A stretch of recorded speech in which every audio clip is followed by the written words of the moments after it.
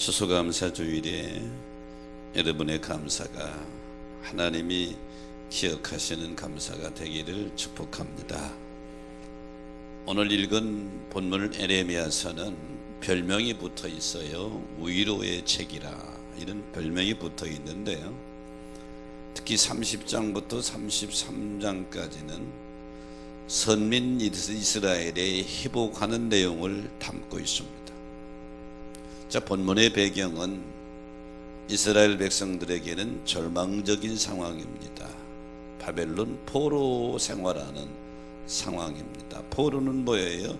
있는 거 다 빼앗겼어요. 자유가 없어요. 노예 같은 삶을 살아갈 수밖에 없는 것이 포로의 신세입니다. 이들에게 하나님은 에레미야를 통해서 위로의 말씀을 주십니다. 앞으로 소망을 가지고 감사하며 살아라. 상황이 절망적인 상황인데 이 말씀이 듣는 이스라엘 백성들에게는 두 가지 반응이 나타났을 것입니다. 우리에게 감사하고 소망을 가지고 살으라고, 그리고 하나님을 떠나고, 또 한 부류는 고통의 시간이 연속이지만 그럼에도 불구하고 하나님의 약속의 말씀을 붙들고 감사하면서 소망을 가지고 살아가는 성도들도 있었을 것입니다. 본문은 후자의 사람들에게 성취되어지는 그런 내용의 말씀을 담고 있습니다. 하나님의 약속을 붙들고 인내하고 감사하면 반드시 하나님의 약속은 성취될 줄로 믿습니다. 저는 오늘 추수감사주일에 본문을 가지고 감사하는 자가 받는 복이라는 제목을 잡았는데요, 감사하는 자가 받는 복의 첫 번째는 번성하게 해주신다 약속했습니다. 오늘 본문 19절에 보니까 그들에게 감사하는 소리가 나오고 내가 그들을 번성하게 하리라. 이스라엘 백성들이 포로에서 돌아와서 폐허가된 성읍을 다시 건축할 것이고, 그래서 돌아온 백성들의 입에서 감사하는 소리가 나올 것이고, 나 하나님은 그 감사하는 소리를 듣고 이스라엘 백성들을 번성하게 해주신다 하는 약속입니다. 여기 번성은 나바라는 단어를 썼는데요, 증가하다, 풍성하게 하다, 확장하다, 성장하다, 이런 의미를 가지고 있습니다. 하나님은 예나 지금이나 감사하는 자를 관심 가지고 보시고 붙들고 그들을 번성케 주시는 줄 믿으시기 바랍니다. 인간의 부모도 자녀들이 잘 되기를 바라요. 자녀들이 번성하기를 바라요. 여러분 중에 누가 우리 아들이 쫄딱 망했으면 좋겠다 이런 부모가 어디 있어요? 우리 아들이 병들어서 그냥 시들시들했으면 좋겠다 이런 부모가 어디 있어요? 하나님도 똑같아요. 창세기 1장 27절 28절에 하나님이 아담과 하와를 창조하시고 그들에게 복을 주시면서 생육하고 번성하여 땅에 충만하라, 땅을 정복하라, 번성하라는 거예요. 인류가 범죄해서 하나님이 물로 심판하시지요. 그리고 노아의 가족만 남겼습니다. 그리고 하나님이 노아에게 창세기 9장 1절에 보니까 하나님이 노아와 그 아들에게 복을 주시며 생육하고 번성하여 땅에 충만하라. 9장 7절에 보니까 너희는 생육하고 번성하여 땅에 가득하라. 하나님이 노아의 가족에게 주신 것도 번성하라는 거예요. 믿음의 조상 아브라함을 불러내서 가나안 땅에 살게 하신 하나님이 창세기 16장 10절에 보면 내 씨를 크게 번성하게 하리라. 17장 1절 2절에 보면 아브라함이 99세 때 하나님이 나타나서서 너는 내 앞에 행하여 완전하라. 내가 내 언약을 나와 너 사이에 두어서 너를 크게 번성하게 하리라. 하나님은 이 약속만 하신 게 아니에요. 실제 아브라함의 후손이 애굽에 들어가서 삽니다. 창세기 47장 27절에 보니까 이스라엘 자손이 애굽 고센 땅에 거주하며 생육하고 번성하였더라. 하나님의 약속은 반드시 이루어지는 줄로 믿습니다. 하나님은 감사하는 자에게 주신 약속의 첫 번째는 그와 그 후손이 번성하게 해주신다. 여러분이 그 주인공이 되시기를 축복합니다. 다니엘이 바벨론의 포로로 끌려가서 출세했어요. 다리오 왕 때에 120도를 두고 다스리는데 그 중에 120도의 도지사를 다스리는데 총리 셋을 뒀거든, 다리오 왕이. 그런데 예나 지금이나 정치에는 정적이 있게 말이에요. 다니엘의 정적들이 다니엘을 저거 어떻게 끌어들일까 하고 뒷조사를 다 했는데 다니엘이 정직하고 이로운 사람이라 걸릴 게 없거든. 다니엘의 뒤를 조사하다 보니까 한 가지가 있어. 하나님 앞에 늘 하루에 3번씩 기도하거든. 그래서 다니엘의 정적들이 특별법을 만들었어요. 다리오 왕한테서, 왕이여, 이 나라에는 왕이 신입니다. 다른 신을 경배하거나 기도하는 사람은 앞으로 역적할 가능성이 있으니 한 달 동안 다른 신에게 기도하는 사람은 사자굴에 넣읍시다. 다리오 왕이 뭣도 모르고 다니엘을 잡는 특별법인 줄도 모르고 그러자 그러고 사인회에서 특별법을 공포했습니다. 자, 다니엘이 똑똑한 사람입니다. 자기를 잡는 법인 줄 뻔히 알고도 다니엘서 6장 10절에 보니까 예루살렘을 향하여 창문을 열고 하루에 3번씩 하나님께 감사하며 기도했더라. 다니엘의 정적들은 조롱했을 거야. 너 죽었다. 그 법대로 다니엘은 사자굴 속에 던져졌어요. 근데 하나님이 다니엘을 붙잡고 계시니 사자들이 다니엘을 밤새도록 보추고 결국 다니엘을 죽이려 했던 정적들이 대신 사자밥이 되죠. 결국 하나님이 함께 하시니 다니엘서 6장 28절에 보니까 다니엘이 번성해서 다리오 왕 시대와 고레스 왕 시대의 왕권이 바뀌어서도 형통하게 되었더라. 여러분 보세요. 과거나 현대나 왕권이 바뀌면 전직 왕권에 있던 사람들이 우수수 떨어지는데 다니엘은 왕권이 바뀌었어도 번성하고 형통하게 된 줄로 믿습니다. 왜? 감사하는 자는 하나님이 주시는 첫 복의 첫 번째는 그와 그 후손이 번성하게 해주신다. 여러분, 영국의 역사학자 중에 유명한 토마스 칼라일이 있어요. 이분이 쓴 책이 프랑스 혁명사입니다. 세계적인 유명한 책이죠. 그런데 이 일화가 있어요. 칼라일이 수년에 거쳐서 프랑스 혁명사를 아주 완성했습니다. 원고를 만들어 놓고 너무 이제 기뻐서 원고를 책상 위에다 놓고 산책하러 간 거예요. 산책하고 돌아왔는데 글쎄 하녀가 난로에 장작불을 피우다가 그게 휴지인 줄 알고 그걸 가지고 불쏘시개를 써버린 거예요. 기가 막히죠. 칼라일이 절망에 빠집니다. 이게 몇 년 동안 한 땀 흘린 작품인데 그냥 제 한 점이 잿더물이 돼버린 거예요. 절망 중에 식음을 전폐하고 몇 날 며칠을 보내다가 주의 음성을 듣습니다. 더 좋은 작품을 쓰라는 이 뜻을 깨닫고 칼라이가 섭섭했던 마음, 절망했던 마음을 다시 보듬어 잡고 하나님 감사합니다. 건강 주셔서 다시 쓰게 해 주실 것을 믿습니다 하고 다시 써나갑니다.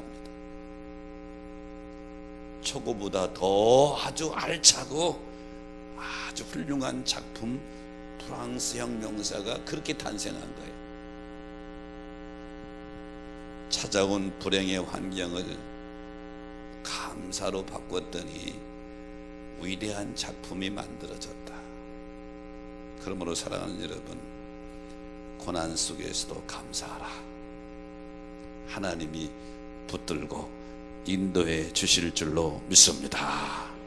그래서 오늘 본 감사하는 자가 받는 복의 첫 번째는 번성하게 해주신다. 여러분이 그 주인공 되시기를 축원합니다. 감사하는 자가 받는 복의 두 번째는 존귀하게 해주신다고 약속하죠. 오늘 본문 19절에 보니까 내가 그들을 존귀하게 하리니. 참 이 말씀을 받는 이스라엘 백성들은 지금 존귀한 자가 아니에요. 나라가 망했어요. 다 빼앗겼어요. 바벨론의 포로예요. 뭐가 존귀해요? 그런데 하나님의 약속은 너희가 인내하며 감사하면 내가 너희를 존귀하게 해주리라. 존귀는 카바드라는 단어를 썼는데요, 이 존귀라고 하는 단어는 존경받게 해준다, 영화롭게 해준다, 그런 뜻이에요. 그런 동사인데요, 여러분 하나님이 역사하시면 이루어질 줄로 믿습니다. 창세기 시편 16편 3절에 보니까 성도들은, 땅에 있는 성도들은 존귀한 자들인데 나의 모든 즐거움, 하나님의 모든 즐거움이 성도들에게 있대요. 그러므로 사랑하는 여러분, 감사함으로 존귀한 여러분 되시기를 축원합니다. 믿음의 위대한 영웅인 다윗 왕, 이스라엘 역사에 다윗 왕처럼 존귀한 사람은 없어요. 그런데 다윗은 태어날 때 왕자로 태어난 사람이 아니에요. 베들레헴 이세의 8아들 중에 막내. 그 당시 막내는 별로 인정받지 못했던 시대예요. 직업은 목동이에요. 그 당시 목동이라고 하는 직업은 환영받는 직업은 아니에요. 근데 다윗은 일평생을 감사하며 살았다. 시편에 다윗의 신앙 고백이 많은데 시편 7편 17절에 다윗은 이렇게 감사합니다. 내가 여호와께 그의 의를 따라 감사한다. 9장 1절에 보니까 내가 전심으로 여호와께 감사한다. 다윗의 감사의 내용이에요. 30장 4절에 보니까 그의 거룩함을 기억하며 감사하리라. 다윗은 시편에서 계속 감사하리라 감사하리라 감사하리라 그래요. 근데 실제 다윗의 삶을 보면 감사할 수밖에 없는 일만 일어난 게 아니에요. 절망적인 일도 많이 일어났죠. 15살에 사무엘을 통해서 이스라엘이 2대 왕으로 기름 부음 받았는데 실제 왕이 된 것은 30살에 헤브론에서 됐어요. 15년 동안 다윗은 고난의 삶을 살아가고, 사울 왕이 다윗을 죽이려고 군대를 동원해 이리저리 피난 다니는 삶을 살아가고, 겨우 왕이 됐는데 나라가 안전이니까 아들 압살롬 녀석이 반란을 일으켜서 도망가는 신세가 돼요. 다윗은 이때의 표현을 기가 막힌 웅덩이에 빠졌다고 표현했어요. 그럼에도 다윗이 잊지 않은 것은 감사를 잊지 않았다. 그랬더니 다윗의 인생의 마지막은 어떻게 기록되고 있죠? 역대상 29장 26절로 28절에 보면 이새의 아들 다윗이 온 이스라엘의 왕이 되어 이스라엘을 다스린 기간은 40년이라 히브론에서 7년을 다스렸고 예루살렘에서 33년을 다스렸는데 28절에 그가 나이 많아 늙도록 부하고 존귀를 누리다가 죽음에 할렐루야. 비록 힘들고 어려운 일이 다윗에게 많이 찾아왔지만 그 가운데 하나 감사를 잃지 않고 살았더니 하나님이 나이 많도록 부하고 존귀하며 살다가 가게 했다. 그러므로 사랑하는 여러분, 감사하는 자가 받는 복의 두 번째는 존귀하게 해주신다. 여러분이 그 주인공 되시기를 축복합니다. 예일대 교수인 헤럴도 모르위치 교수는 이런 말을 했어요. 아미노산이나 단백질 등을 결합해서 우리 인간과 똑같은 모습을 만들고, 그리고 행동하고 사고할 수 있는 나와 똑같은 모습을 만들려면 얼마가 들어가느냐? 6천억 달러가 아니고 6천조 달러예요. 조. 내가 그거를 읽다가 놀랬어요. 내가 이 가치가 대단하구나. 나와 똑같이 단백질과 아니면서라도 이 모습을 만들고 생각하고 사고하는 존재를 만들려면 그렇게 들어간대요. 대단한 존재예요. 그러다가 문득 이런 생각이 들었어요. 우리가 더욱 가치 있는 것은 하나님의 사랑 때문이다. 하나님이 나를 저 영원한 멸망에서 구원해 주시려고 독생자를 보내셔서 대신 십자가에 죽게 하고 죄의 값을 지불하고 나를 구원해 줬다. 그 독생자가 누구냐? 창조주 하나님이란 말이에요. 이야, 여기까지 생각이 이르게 되니까 보통 존재가 아니라구나. 사람이 왜 자살하죠? 왜 절망좌절하죠? 자기가 존귀한 자라고 하는 것을 잃어버리게 될 때 삶을 포기하게 되는 거예요. 사랑하는 여러분, 우리는 원래 영적인 면에서 볼 때 존귀한 존재인 줄로 믿습니다. 하늘과 땅의 주인공들이란 말이죠. 근데 오늘 본문에 보니까 하나님은 지금 절망과 좌절 속에 있는 이스라엘 백성들에게 에레미야를 통해서 말씀하시기를 감사하는 자에게 주시는 축복의 두 번째는 존귀하게 해주신다. 그리고 여러분이 약속이 여러분에게 이루어지시기를 주의 이름으로 축원합니다. 감사하는 자가 받는 축복의 세 번째는 가까이 오게 해주신다. 오늘 본문 21절에 보니까 내가 그를 가까이 오게 하리니, 하나님을 가까이 하는 게 복인 줄로 믿습니다. 히스기야는 25살에 남유다의 13대 왕으로 등극을 합니다. 그리고 29년을 다스리게 되는데요, 히스기야가 왕이 된 다음부터 남유다의 변화가 일어나게 됩니다. 먼저 한 일은 성전을 수리하고 성전을 정화하는 일을 합니다. 그리고 두 번째 한 일은 유월절을 회복시키지요. 유월절은 감사의 절기입니다. 그래서 역대하 30장 22절에 보니까 히스기야가 7일 동안 유월절을 지키며 여호와 하나님께 감사하였더라. 그랬더니 하나님이 히스기야와 가까이 하셔서 히스기야 하는 일을 형통케 하시는데 20절 21절에 보니까 히스기야가 형통하였더라. 그런데 문제는 아수르의 왕 사나림이 대군을 이끌고 쳐들어옵니다. 히스기야가 위기를 만납니다. 히스기야가 자기 힘으로 감당할 수 없으니까 하나님께 나가서 간절히 기도했더니 32장 21절에 보니까 여호와께서 한 천사를 보내요. 아수르 왕의 진영의 모든 큰 용사 대장과 지휘관들을 그냥 정경합니다. 사람의 천사를 보내서, 그랬더니 히스기야가 낯이 뜨거워서 창피해서 번곡으로 도망가서 결국 자기 아들에게 죽임을 당합니다. 감사하는 자는 하나님이 가까이 오게 해주시고 하나님이 붙들어 주시고 보호해 주시는 줄로 믿습니다. 누가복음 19장에 보면 우리가 잘 아는 10명의 나병 환자가 고침받는 사건이 나오죠. 그런데 10명의 나병 환자가 주님 말씀 따라 가다 보니까 다 나아버렸어요. 근데 그 중에 한 명 사마리아 사람이 17장 15절로 16절에 보면 다시 예수님께 돌아와서 예수의 발 앞에 엎드려 감사했다고 그랬어요. 여기서 하나 우리가 깨닫는 숨어있는 진리가 있어요. 나음받은 사마리아 사람이 나병 환자가 감사하기 전에는 11절에 보니까 멀리 서서 그랬어요. 예수님과 거리가 멀었어. 감사한 이후에는 예수님 발 앞에, 할렐루야. 사랑하는 성도 여러분, 감사는 주님 곁에 머무는 비결인 줄로 믿습니다. 감사는 주 안에 들어가는 비결인 줄로 믿습니다. 우리가 잘 아는 구약의 믿음의 사람 요셉은요, 형들의 미움을 받아 애굽의 노예로 팔려갔어. 그런데 이런 노예를 하나님이 형통한 자라고 정의를 했어.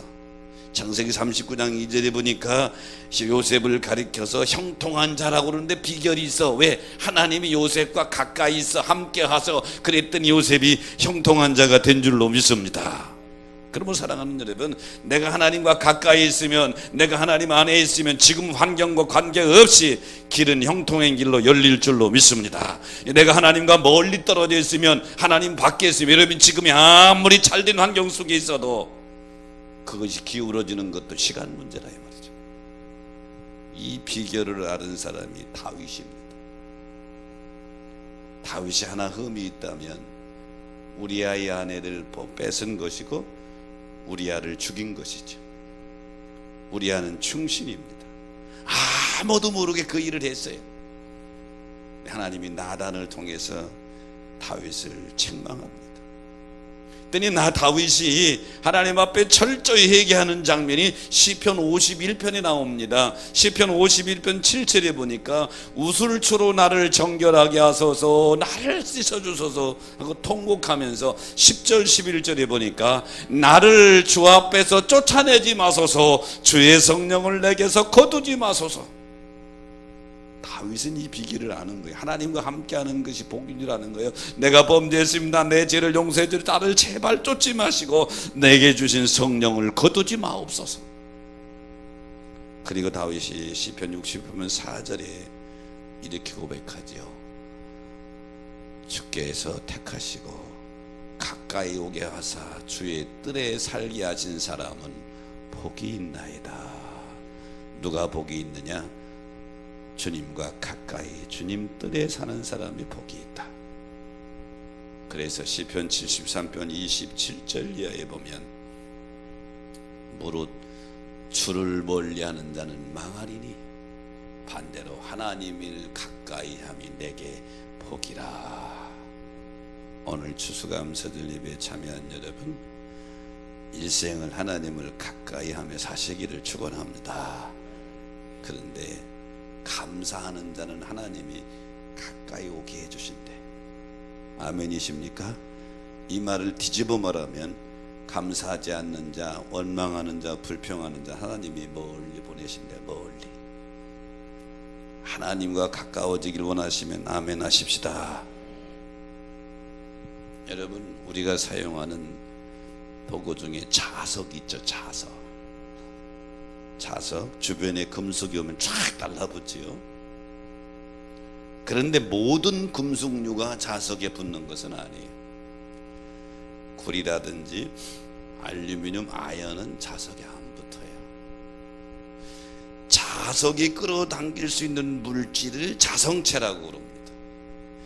자석이 끌어당길 수 없는 물질을 비자성체라고 그러죠.